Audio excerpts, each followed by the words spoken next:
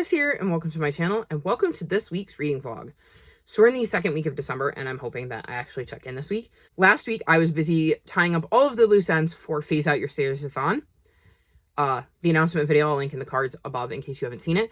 But this is a year-long readathon that I have created that I took the name from because I have Phase Out Your TBR, which is my bi-monthly readathon that I do. I play Phase 10, chooses my TBR, and so I kept kind of the phase out thing. And one of the things I see everybody trying to work on every year is the massive amounts of series they're in. So I thought, what if I made Phase Out Your Series-a-thon? And I spent time coming up with prompts, creating bingo boards, deciding I wanted to do an easy board and a hard board. I could not have done this without Omi. She has been the best. I needed a sounding board, and that was what she was at first, was just a sounding board of what do you think about this? And then she got involved. She created an amazing spreadsheet where you can mark things off for your bingo board. There's ways to check off that you submitted so you can remind yourself if you submitted a book or not, because we're going to kind of keep track to see how many books we actually managed to read in 2025 as a collective group, among other things. I know how everybody loves their stats. I'm just really, really excited about it because I know I'm in the middle of way too many series, and so I thought it would just be a fun way to kind of, create something we could all do together that pretty much most of us seem to always be behind because we're really good at starting series, less good at finishing them. So I did a lot of the last minute tweaks of like rereading it. I'd hoped to do it in November, and then November was so chaotic that I just didn't get to it. So I made it a point this week, like the first week in December, to focus on that and try to get all of that set so that I could film it, so I can edit it, and so it can come out this week. So that will also be on the agenda. And I'm very, very excited, but also very, very nervous. I'm wondering what y'all are going to think of it. So we'll see how that goes. Reading-wise, this is what I'm leaning towards right now. I want to read River of Secrets because I just read Creatures of the Flood, and I think it would be best if I just continued this series. This follows three pandas, Rain, Leaf, and Ghost, who are dealing with the aftermath of a great flood that brought lots of strife to the Bamboo Kingdom. They were born during this flood and separated, so they don't know they're related, and there is a prophecy about them, and they're about to find out about each other. I didn't enjoy the first book as much as I did the first time, so we'll see how this one goes, but I still think the series is really good. It's just not as beloved by me so far as Warriors, and I think I also really, really liked Bravelands the first time I read it, so we'll see where this one ends up falling in the hierarchy of the Aaron Hunter series. And then what I'm kind of drawn to is I want to read The One and Only Family so I can finish the series, because I'm trying to finish a bunch of series before the end of 2024. And this will be a really quick read. They always are. So I'm very excited to dive into this one. And then the other two I'm kind of drawn to are similar vibes. So we have The Teller of Small Fortunes, and this is a cozy fantasy, and I have heard some good things. I watched the start of Jade's vlog about this, and I don't think she gave spoilers, but I wanted to go into it with less details than I already have, so I stopped her vlog because I'm like, I'll just read it and then I'll watch her vlog. But the details she did give told me I want to read this sooner rather than later. And then the other one is Emily Wilde's Encyclopedia of Fairies because, again, cozy fantasy vibes. So we'll see what I think of these and if I actually get to them, but that's the tentative plan. Obviously, I need to read more than that. And video-wise, 5-star prediction. Book Haul Revisited. I've edited the clips I have, and so now I'm going to try to wrap them up in a way that is attempting to be satisfying. I don't know that it will be, because I really should have done it back then, but I've decided I don't want to scrap the clips because I've been hanging on to them since May. But we'll see, because my memory of some of the things that happens in these books is just not there. It's just not there. They did not leave an impression on me well enough to stick with me 6 months later with like hundreds of books read in between. So we'll see how that goes. It won't be my best work, that's for sure. I need to film my TBR for the Queer Lit Readathon and then edit it, upload it, caption it, etc. I obviously need to film my announcement video for Series-a-thon. I'm planning on doing that Monday or Tuesday, so ideally, I would want it out by Thursday at the latest, so if I can film it Monday, then I can edit it Tuesday and get it out, assuming my internet cooperates and actually uploads things. Other than that, I mean, I have a lot of stuff. I have a tentative TBR plan for the easy board. I have a tentative TBR plan for the hard board. And I'm going to walk you through it because it also gives you an idea of how each of the prompts work. And I always find that helpful if I'm a little bit confused of seeing somebody else, especially the creator, do a TBR that gives you an idea of options and how it works. So I wanted to create a tentative TBR for that. I have a tentative TBR for 25 and 25, which is a bingo board that Bree created. I'll link that announcement video in the cards above, and I'm going to participate in that. I have a tentative TBR because I feel like that may change. And then I also am planning on doing the A to Z challenge, where I read a book for every letter in the alphabet, and I have everything but X. So I will probably run you through all of that and ask for suggestions for X. So if you see this, books that start with X. So that is my tentative plan this week. A lot of filming. So we'll see how that goes. I also really, really want to do a bunch of sprints this week because I did them last week. I finally got back into my sprinting era, and let me tell you, I actually got stuff done when I was sprinting. So I would like to continue to do that next week because, well, this week, because it will actually help me focus. So we're going to see how that goes, but that's my tentative plans for this week. I will try to check in a couple of days and give you an update, and fingers crossed I keep this productivity rolling.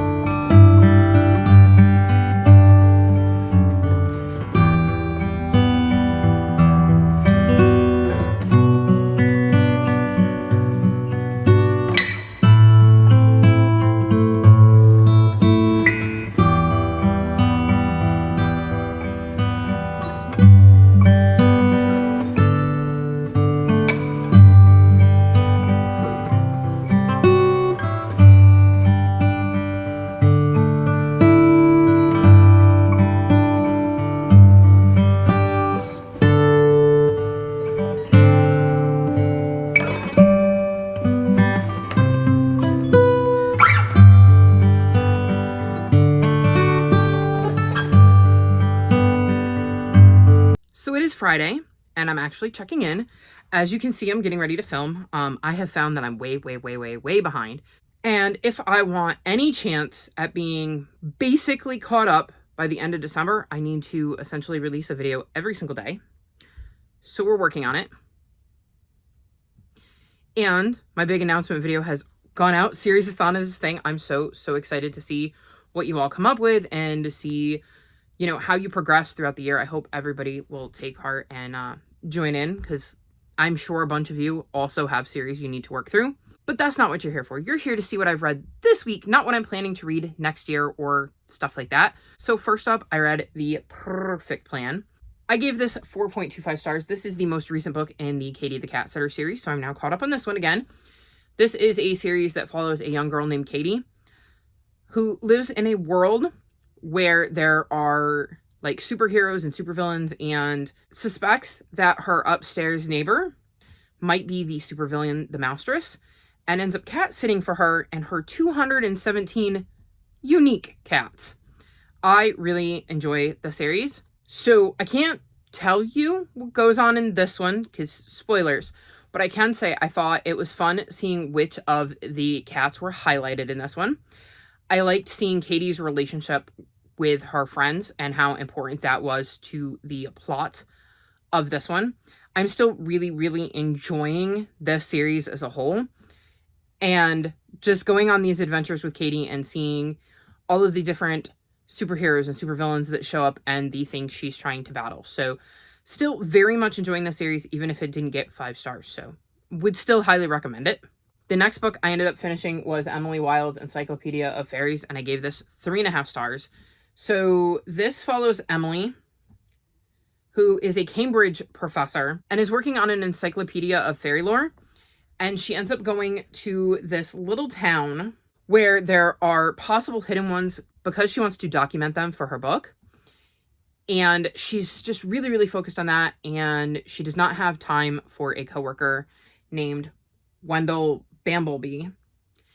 And unfortunately, he shows up and immediately starts winning over the townsfolk, which does not make Emily happy because Emily is trying to focus on work. And Wendell being there is just in general a huge distraction. And as she gets closer to figuring some things out about the hidden ones, she realizes that there may be some things about Wendell she does not know and has to try to figure that out too. So I thought I was going to enjoy this more than I did. I'm still debating whether I want to continue the series. We're going to see how I feel in January and make a determination then, like when I go to sit down to film my TBR, do I want to put the series in my jar? I thought Emily was interesting, and there were parts of learning about the fae and fairy folk and stuff like that that I enjoyed. I liked the village she was in and how her being there affected her. I did not like most of the stuff that involved Wendell. I was not interested in that. So I don't know. If you've read book 2, do you think I would enjoy book 2 better based on the things I've said I liked and I didn't like? I wanted more cozy vibes, and I didn't get that from this. Like, I was looking for something that this book didn't offer, which isn't necessarily the book's fault and is more of a me thing.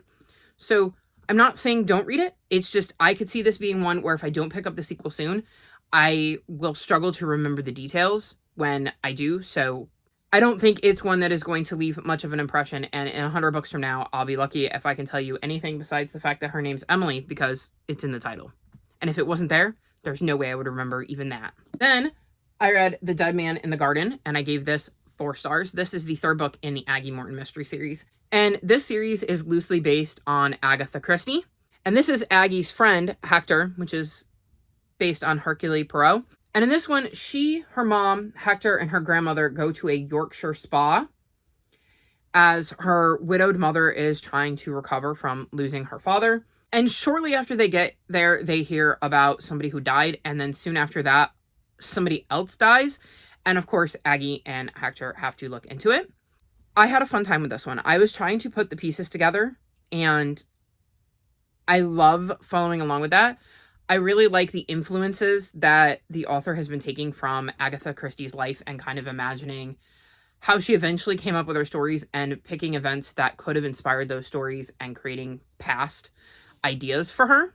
I really, truly love the relationship, and as you can see, we have a Cielo, between Hector and Aggie, and I love how they complement each other and work together to figure these things out. So this is a series I am still very much enjoying. Like I said, I love the mystery. I love seeing the way, like, because in the end, there's an author's note where she talks about some of her influences based on Agatha's books that kind of inspired these. And I think that is really, really interesting because I haven't read all of her books yet. So very much enjoying the series and definitely plan to continue it. And I'm this close to being caught up, which is exciting. Then I finished another series by reading The One and Only Family, and I gave this 5 stars. So in this one, we're back with Ivan, and he's about to start a family, and I just absolutely love this. I loved being back with him. I loved seeing him struggle with the idea of being a dad. I loved seeing him struggle with his place in the pack of gorillas he has and the idea that he'll never be wild again. I just thought there was so much heart in this. It highlighted everything I love about the series and really made me feel like the series is finished now. We know what these characters are doing. We can let them go, even though I'm going to miss them. And I just absolutely adore the series, and I had such a good time with this. This was just everything I wanted it to be and then some. That's all I've finished. It's been a very slow week because mainly I have been filming and editing and planning things out so that I could get everything I needed to get done. Like, after I film this, I'm planning on filming 4 more videos, so it's definitely cutting into my reading time, all this filming and editing, but I think it's going to be worth it to start January off and not be behind. The two books I'm in the midst of are Witchlings. This is a reread for me, and I'm on page 120. And this follows Seven, and she's very excited to find out which coven she's going to be a part of. Sorry if the camera angle changed. Cielo knocked the camera. This is going to be a very long day if Cielo is in my room for filming because she's not going to help. I'm probably going to have to throw her out when I get done with this. So on the day she's supposed to get sorted into her coven, she and two other girls don't, and they end up as spares. And as they're trying to form their spare coven, which is not at all where you want to be, it doesn't seem to be working, so she invokes the ability to do the impossible task. However, if she and her potential coven mates don't finish the impossible task, they will lose all of their magic. So she's taking a great risk doing this. I'm enjoying my reread so far. I'm remembering the details as I read, so I do think it was a good idea to reread this before I read book 3. So I've got book 2 on my TBR as well. I'm hoping I can get through this before the end of this vlog. I'm in a good spot, so I think it's doable, even though I have a lot of other work to do. So very much enjoying my reread of this. And then the last book I'm in the midst of is The Teller of Small Fortunes. And I'm on page 192. So we're following Tao, and she is a teller of small fortunes. So we see her traveling and telling these small fortunes, and she ends up picking up a few people along the way. She picks up Mash, who is looking for his lost daughter, along with Silt, a former thief. Then later meets somebody else who is a baker who joins them on their journey and even picks up a cat. So we see them as a bond is starting to form as they travel together and try to find Mash's daughter. But then some of the things she was running from start to crop up, and they're going to have to deal with that. I'm enjoying this so far. It feels very much in the 3.75 4-star range. I'm not enjoying it as much as I thought I would, but I do still have like a third of it to go. So this third could completely change my opinion either way as to whether I end up loving it or disliking it or kind of staying where I am. So very curious to see how this wraps up. And that has been my week so far. Like I said, it's been a very long week. I've been very, very busy.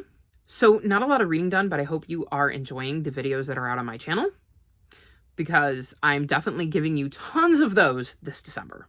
I think my main focus is going to be trying to finish these two and then picking up the Golden Frog Games, which is the sequel to Witchlings, and River of Secrets, which is the sequel to Creatures of the Flood, so I can kind of get those off of my plate. I definitely don't think I'm going to be finishing my TBR by any stretch of the imagination this month, but we're going to see how much I can do. And again, by TBR, it means the books I'd hoped to get to in December, not Phase 10, that I will absolutely finish because those books will be a priority, if nothing else, in the last week of December. So we're going to see how it goes, and I will check back in on Sunday to wrap this vlog up.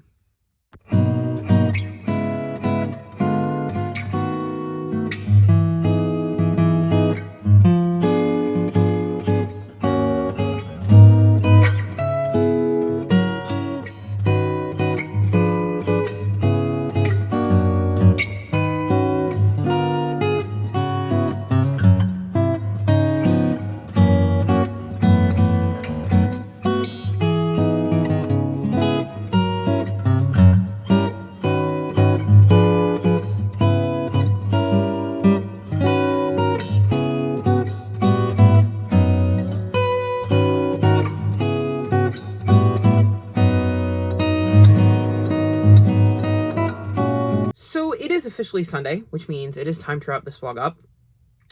It is technically 2:28 in the morning on Sunday. I'm exhausted, so we're going to try to make this quick.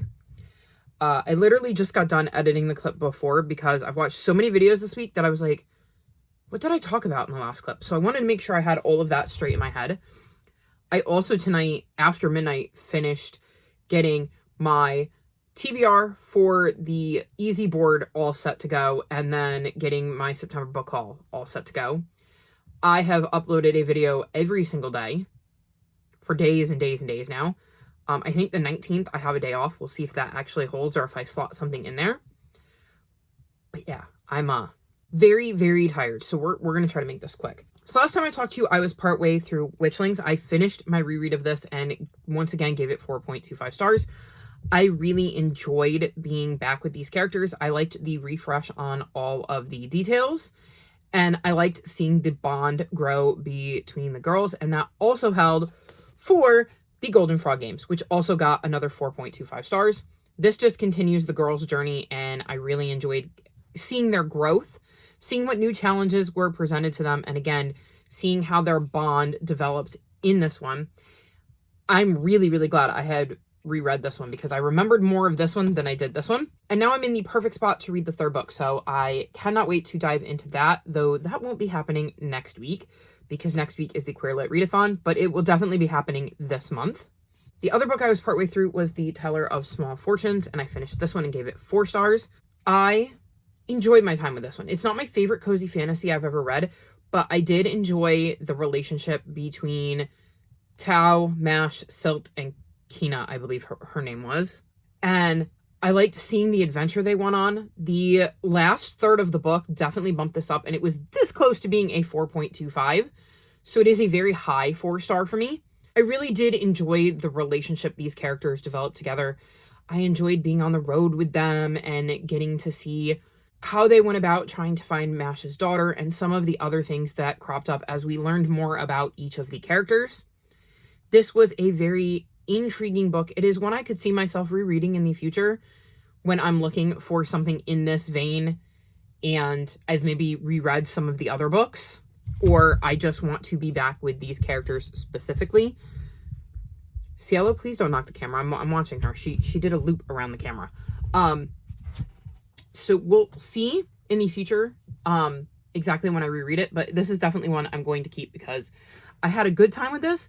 And I mean, the cover's gorgeous, and it is one I would recommend if you're into like cozy fantasies with a little bit of mystery.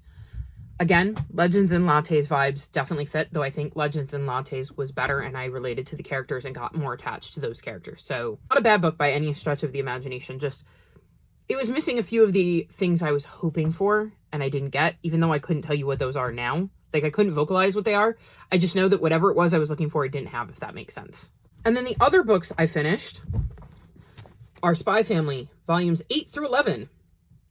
So Spy Family volume 8 got 4.25 stars. Spy Family volume 9 got 4.5. Spy Family volume 10 got 5. And Spy Family volume 11 got 4.25. So all in all, I'm still really enjoying this series. So this series follows Twilight, who is a spy and has been given a mission to infiltrate a school where his target's son goes, because that is one of the few places the target shows his face. And so he ends up adopting a little girl from like an orphanage named Anya, and does not realize that Anya has the ability to read minds. So Anya is immediately looped in to what her new dad is doing. They end up meeting this woman named Yor, who, for her own reasons, agrees to enter into a fake marriage and help cement Twilight's identity, though she doesn't know that Twilight is Twilight. She just thinks he's a guy named Lloyd who has a daughter named Anya and is looking for a mother for his daughter because her mother died. She, however, is an assassin. So she's hiding that from Twilight. Twilight's hiding that he's a spy from Yor. And Anya knows everything, but Twilight and Yor don't know that Anya knows this because they don't know she can read minds. Hilarity ensues from there, and I've really, really enjoyed the journey. The volumes that tend to get the lower ratings are the ones that kind of have a little bit of filler, where we follow a character we've met for one of the sections, but not the main family. And I tend to like those less because I don't quite understand why we're getting these. I'm hoping maybe in the future there will be a reason we saw each of these things and it will make sense in the long run. But I typically enjoy the volumes more when we're focused specifically on Twilight, Yor, and Anya, because I have such fun seeing mainly Anya try to figure out how to do what she needs to do to help both of her parents, because she's grown very attached to both of them while trying to keep everybody's secret. So I'm still really, really enjoying this series. I do have volume 12 out from the library, which is the most recent volume. This is another one I won't be getting back to this week, but it is definitely one I plan to continue this month, and then I believe the next volume comes out in January, so hopefully I can just keep right on rolling and stay caught up on this series. So those are the books I've finished. The other books I'm in the midst of are Malice, and I am on page 38. This is a reread for me, but I'm doing it as part of the catch-up book club because I read book 3 in the series, and I really shouldn't have because I had forgotten so much. And I was dreading reading book 4 because I wanted to read it and I wanted to finish the series, but I was like, I'm going to have to find some sort of recap with spoilers in it because I need somebody to tell me what happened in book 3.